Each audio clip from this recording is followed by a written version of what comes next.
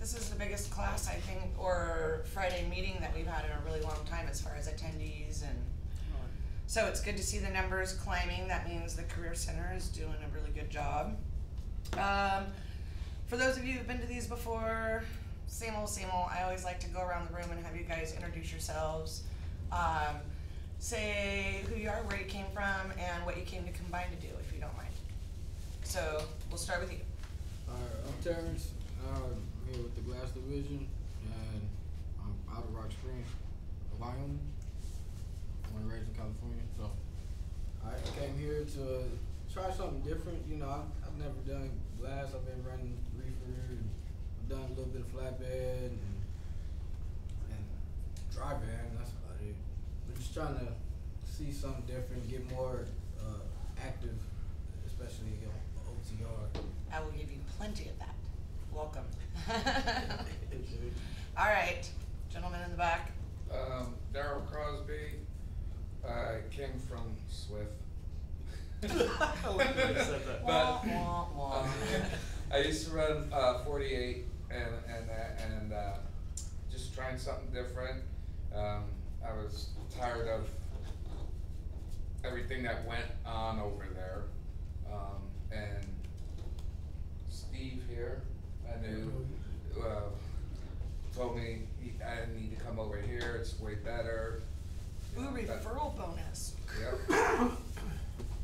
So here Where did you come from? I'm a Swift, but what did you come here to do? Make money. No, what fleet are you? A launch truck. I'm gonna try something different with the water. Oh, okay. Yes. Perfect.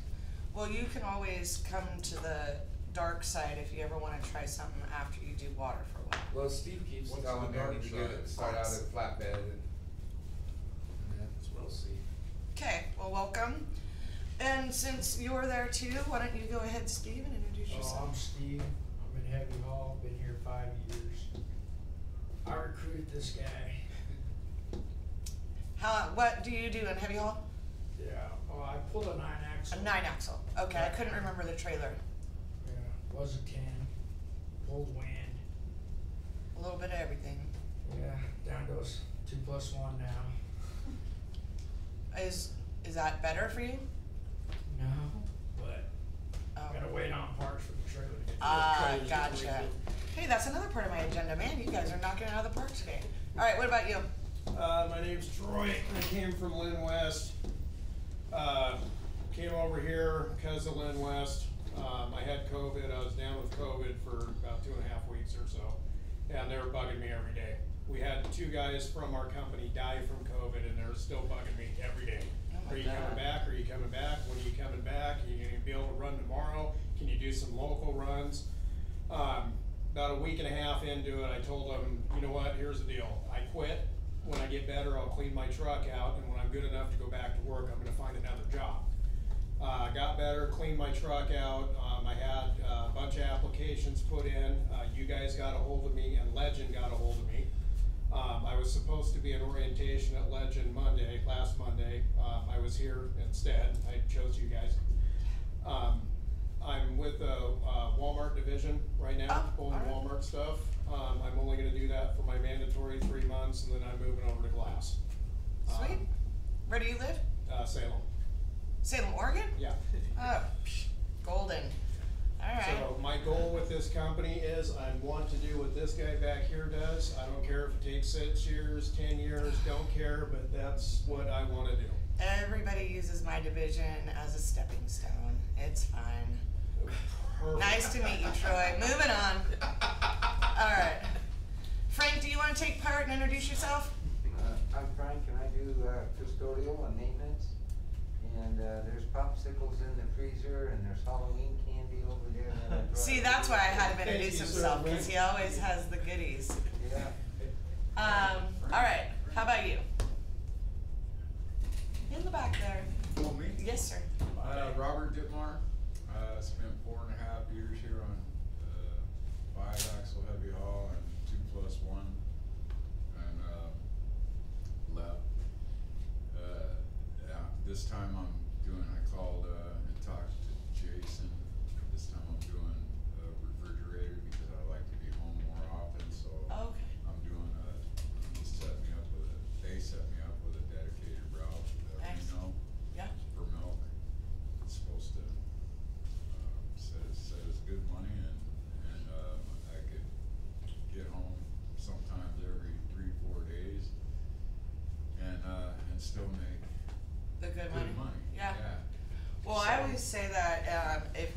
I lose a driver to another fleet, the company doesn't lose a driver, so I encourage you guys to try out different lanes and see what fits you. Were you a heavy haul part of? No, I've always done glass. Oh, okay. I see, to me, I see I all- recognize the name, but not the face. I see all the work those guys do. You're like, nah, I don't know about that. That's a lot of work. Well, I'm glad you're back, so. Me too. Who are you? I'm Chris Matthews, and I'm your new student For whom? Glass? for Blackwell. Oh, Blackwell? I'm West Coast Got all excited there West for a Coast second. Reefer, Okay. and I'm fresh out of school. Oh, nice. Right behind the ears. Congratulations. Glad to be here. Thank you. Glad to be here so I can learn how to do it the right way.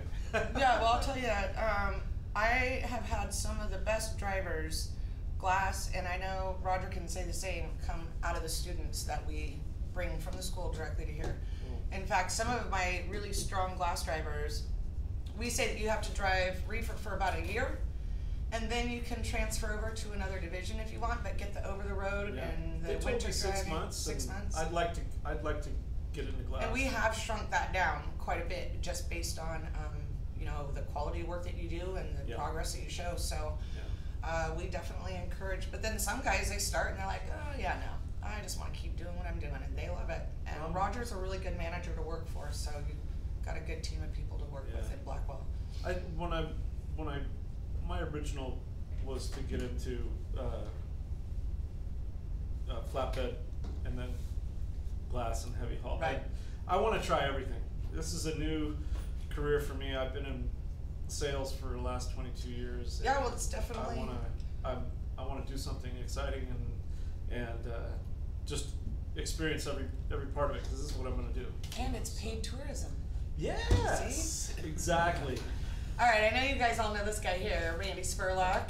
Have you told them your extensive experience in the industry with combined transport? Would you like to bestow upon them?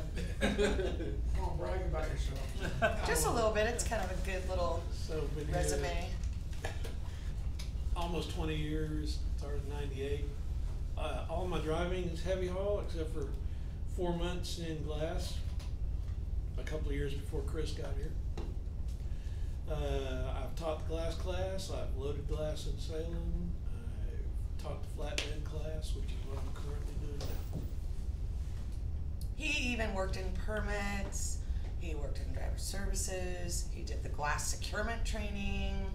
So he's definitely a wealth of knowledge if you guys ever have any questions. I know if he doesn't know the answer, he'll definitely help you find it. So, Or make it up. or make it up, but still give you an answer. So I'm Chris Clark, I am the glass division manager. I've been with the company 21 years. All but 3 months of that has been in the glass division of some sort, whether I've been dispatching or a lead or what have you. So that is my resume, not very long. Glass, combined transport. So what we typically like to do is every Friday we get together. I send out an email to all of the company, everybody, and say, hey, I'm hosting the driver meeting. If you have anything that you'd like to bring to their attention, any news, any updates, email me, let me know, and I'll bring it up. Well, I don't usually get very much feedback, but I did get a couple this time, and I still ended up with a page and a half of things to talk about, so I was pretty impressed. So first, for those new to us, we have a claims department. Miss Laura Castro handles cargo claims and property damage, equipment damage, those kinds of things. She asked me to bring up a couple points. She's mentioned that recently we've had an increase in accidents involving side swipes and merging. Many of these are when our drivers are approaching construction zones, because obviously we all know the passenger vehicles just want to fly up to the end, even though they see a merging sign, and just want to cut us off, get in the middle, and not be patient. So we, of course, have to be more proactive than reactive, and she just wants to be sure everybody's cautious of the smaller vehicles. Take your time, and please pay attention to the right side, blind side when entering those areas. She also has a reminder to everyone to check the position of your smart drive cameras. Our cameras are forward-facing cameras. They are not installed to invade your privacy. They are not installed to babysit or keep an eye on you while you're driving. They are simply there to help us mitigate claims and to vindicate you guys as drivers in accidents and incidents. Since we've installed those cameras, I could not give you the exact number, but I am on the claims committee, and more times than not, we're able to deny a claim or minimize the amount of a claim because we've been able to prove our driver was not 100% in the wrong. So we really need you guys to be mindful of the position of that camera so that they're not all cockeyed and cattywampus, so that we have a full scope of what you're looking at when you're driving down the road. So that is her piece there. She also says in capitals, remember, pictures, pictures, pictures. Anytime you have a cargo claim or an accident, you hit a fire hydrant, anytime you have glass damage, so this relates to all fleets, we ask that you take photo documentation 5, 10, and 15 feet from the damage. So whether you hit the fire hydrant, there's water shooting everywhere, the truck is damaged, and we just need a good understanding with the photo documentation of what it is that you're dealing with at the time the incident happened.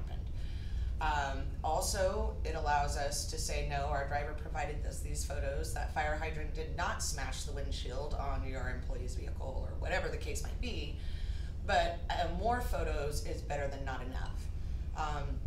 For the glass guys, you know, if you've got a piece of broken glass and I ask you to take photos of it, I am not going to get the scope of what it is that you're dealing with if your camera is this far away from the broken glass.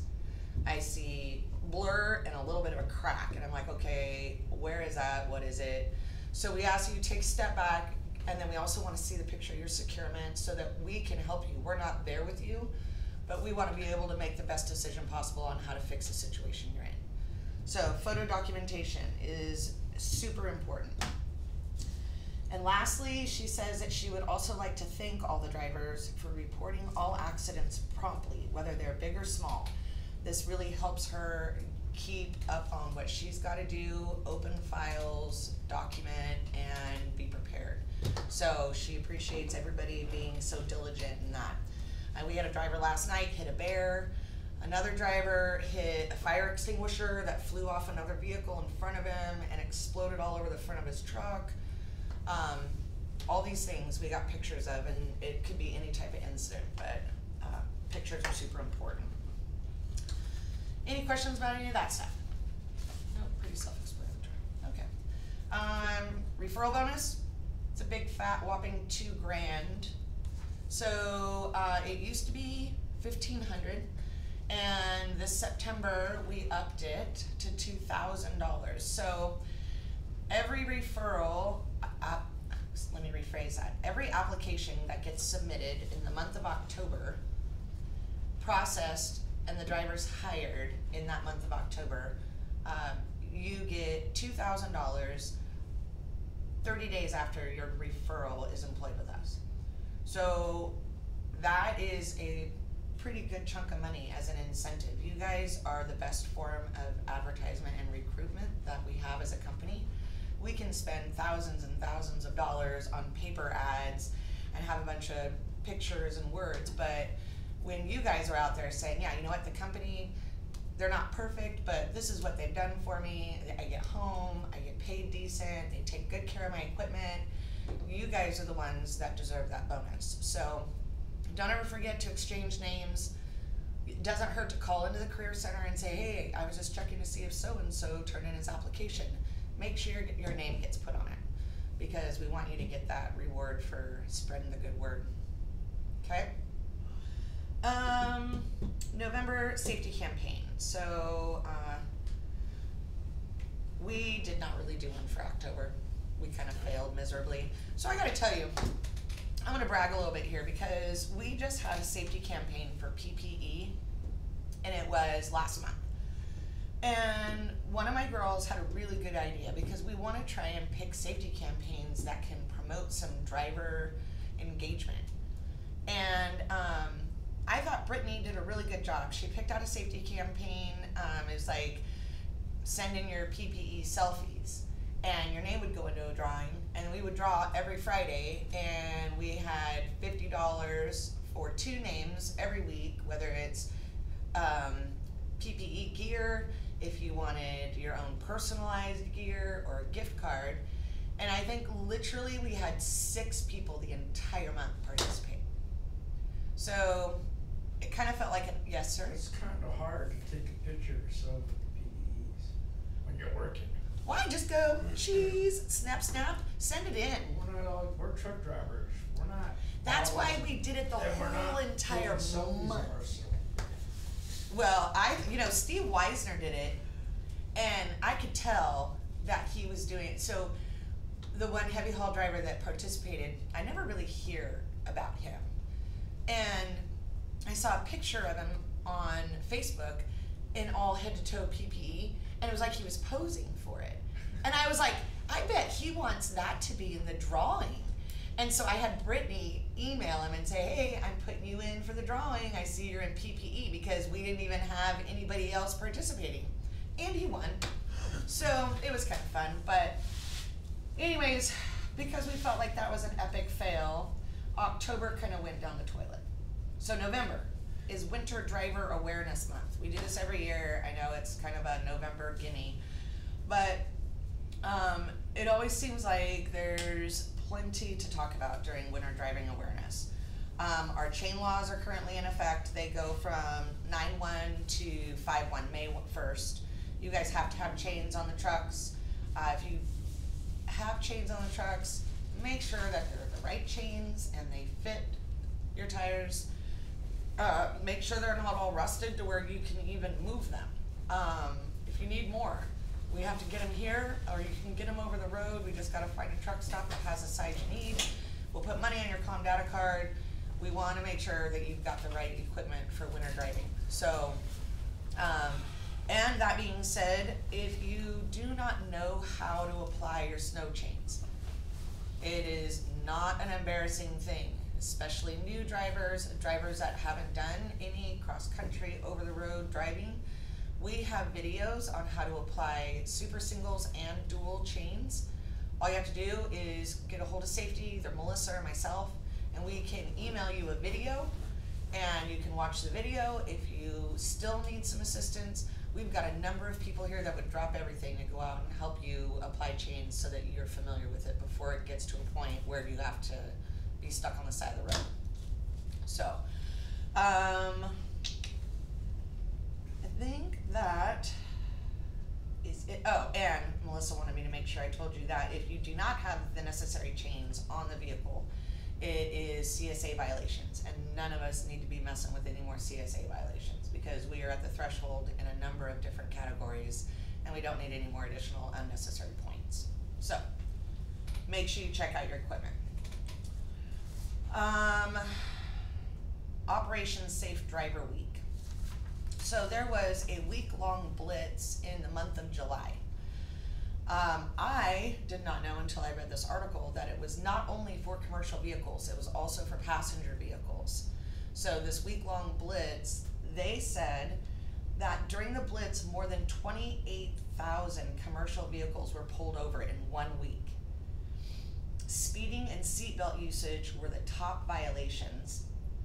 Commercial vehicles were issued 4,400 warnings and 3,200 citations. Some of the other infractions underneath speeding and seatbelt were failure to obey traffic control, texting and using handheld devices, so we probably should not do the Facebook promo at the meeting, and improper lane changing. So, those are the results. So when we do say that, hey, there's a 2-day blitz or there's a week-long blitz, they obviously are not joking. When did they do it? I'm sorry. This was in July. So did they actually do the June as well? I was actually sick. Yeah, no, they did one in July, and then there was one, I believe, in the beginning of August. So they changed it up. There was a 2-day one, and the one in July was a full week. And one in Yeah. August was a brake check. Was that what that one was? It was a 2-day deal for brakes? Okay. There was a thing The one in in like July is Mississippi or something where state troopers were actually driving rigs. that I saw online, where the state troopers were actually driving, Yes. driving I rigs. saw that on YouTube or Yeah. Facebook Yeah. or Really? something. Yeah, That's And they a were- little sneaky sneak. Yeah. So those were the results. So it just kind of opened your eyes a little bit to how busy and adamant they were that they were going to pull over every commercial vehicle they could within a week's worth of time.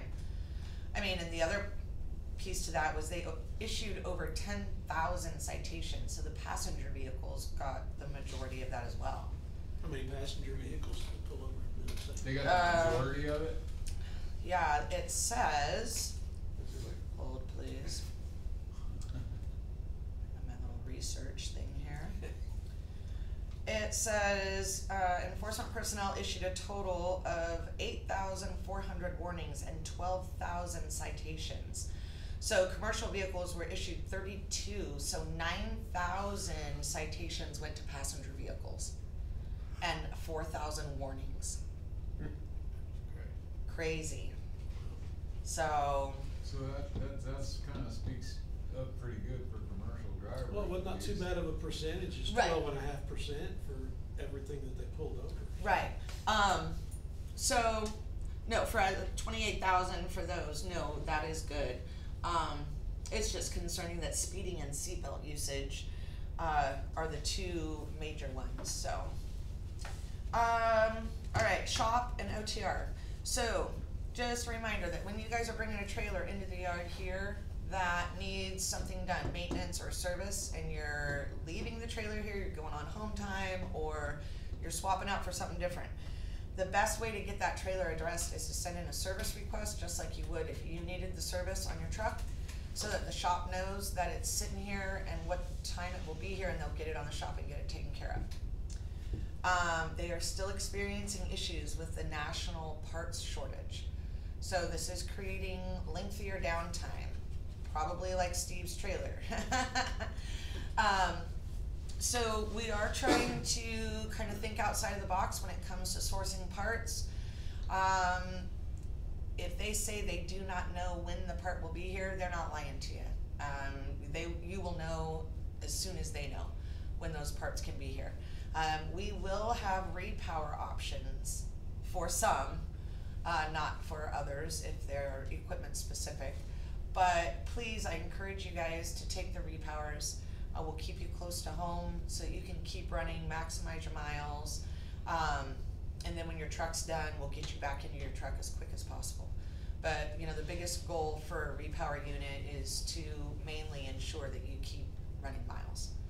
And the repowers, sometimes I've seen the repowers run better than your own assigned truck, because that's what I run into with the one I got in Fresno. So, that being said, just be patient with them. They're really doing the best they can, and they will, like I said, keep you in the know as they have information on the updates on your repairs. Chris, can you explain to me what a repower? I thought repower is when another truck takes somebody else's trailer. You know, I thank you for pointing that out, because like Blackwell, they do a lot of relay loads.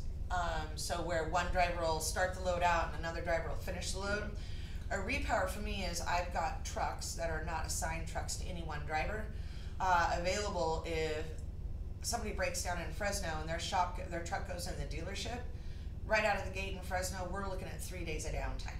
So rather than have the hotel expense and the driver downtime, I have a truck that's maintained on its maintenance and upkeep, and it's a loaner truck. We'll give that driver that truck, we'll let him keep running, and then when we get the green light, the assigned truck is done, bring you right back, yeah. Okay, good. So, those are always an option, and we have a plethora, obviously, of equipment to choose from in that case, so repowers are not hard to come by. This is pertaining to Blackwell, but I have switched it to all fleets. I learned something new with this. So, preventative maintenance, short service, PMs, full service, DOTs, all those things. Evidently, there is a form on your OBC where you can request when those services are due or how long they've been expired.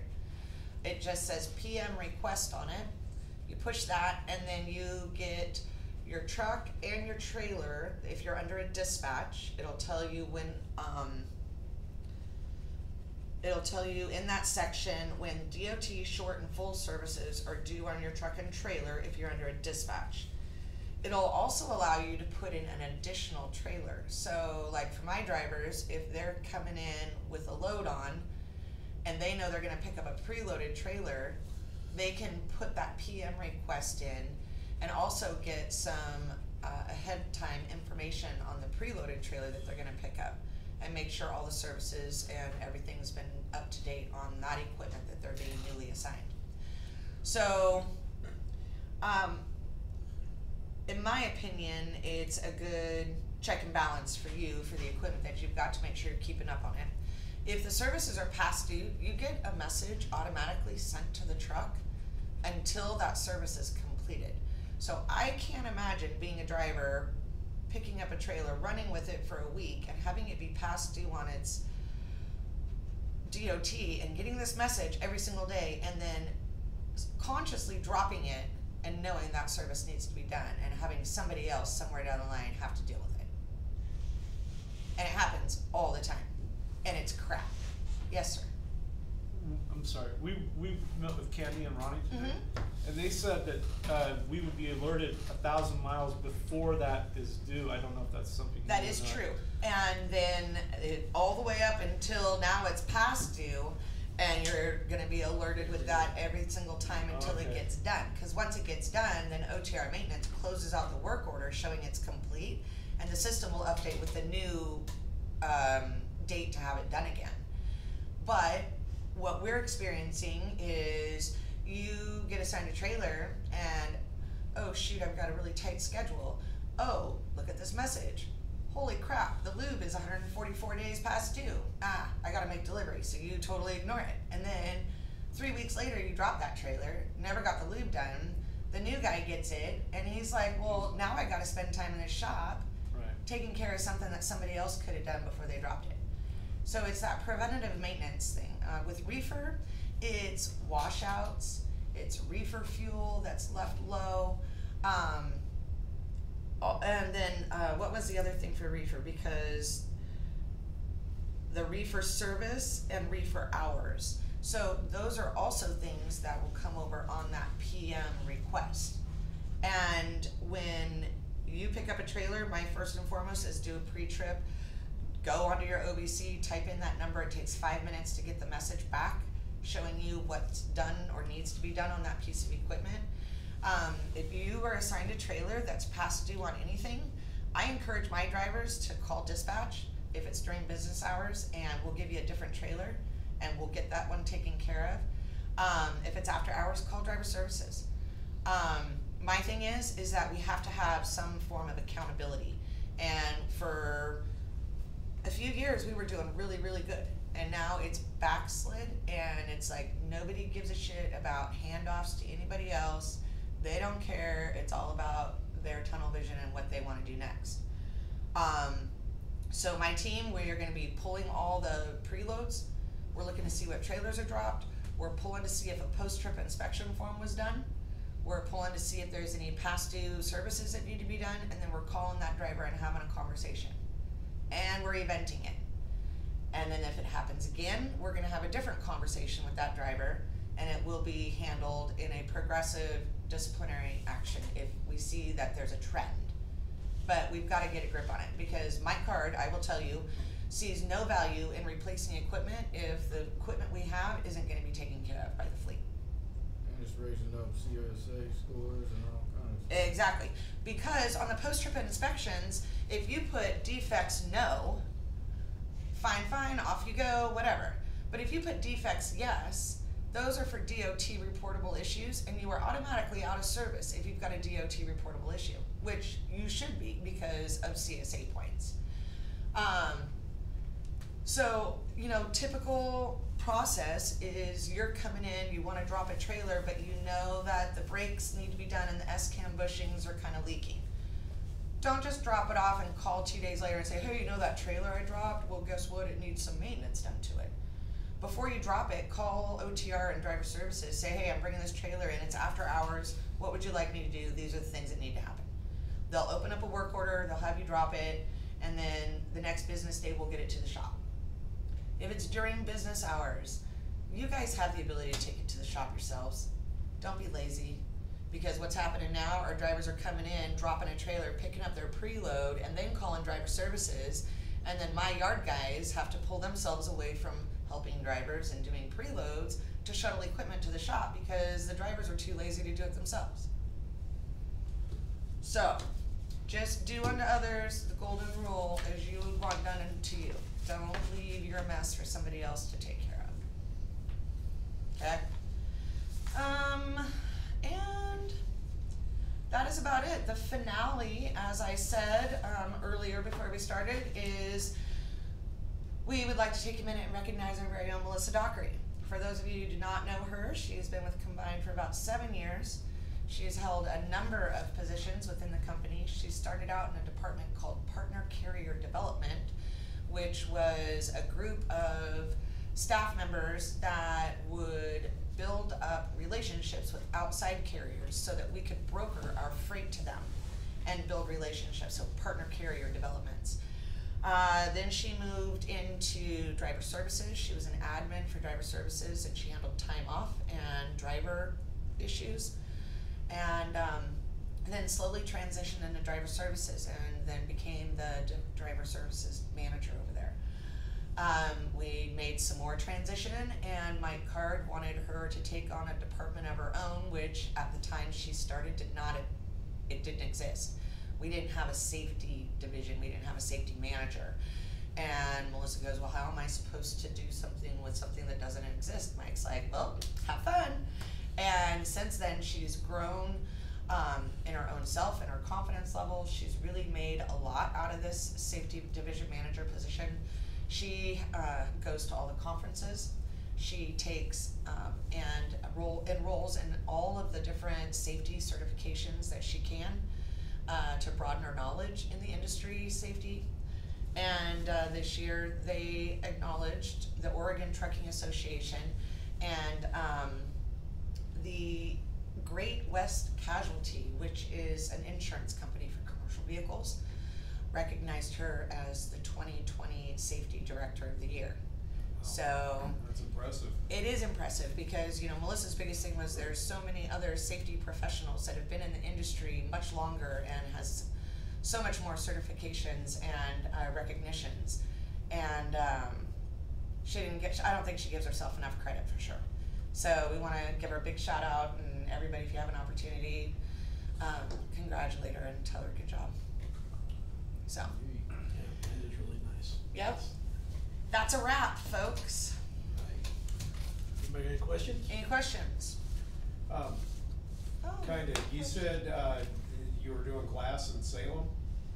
I loaded glass in Salem. So there's a glass place in It's a Salem? glass coating facility. Yep, How you doing? 4007 Southeast Industrial Drive, Salem, Oregon.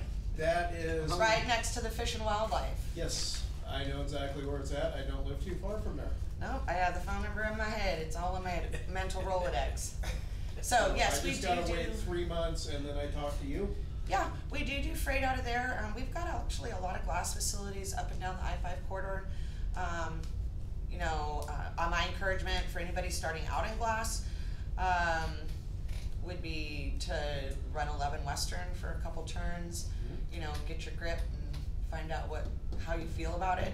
And we can give you a steady diet of up and down and get you the experience. But yeah, the Salem glass plant, we used to have a dedicated group there, and then we actually employed the staff that did the loading and unloading at the facility.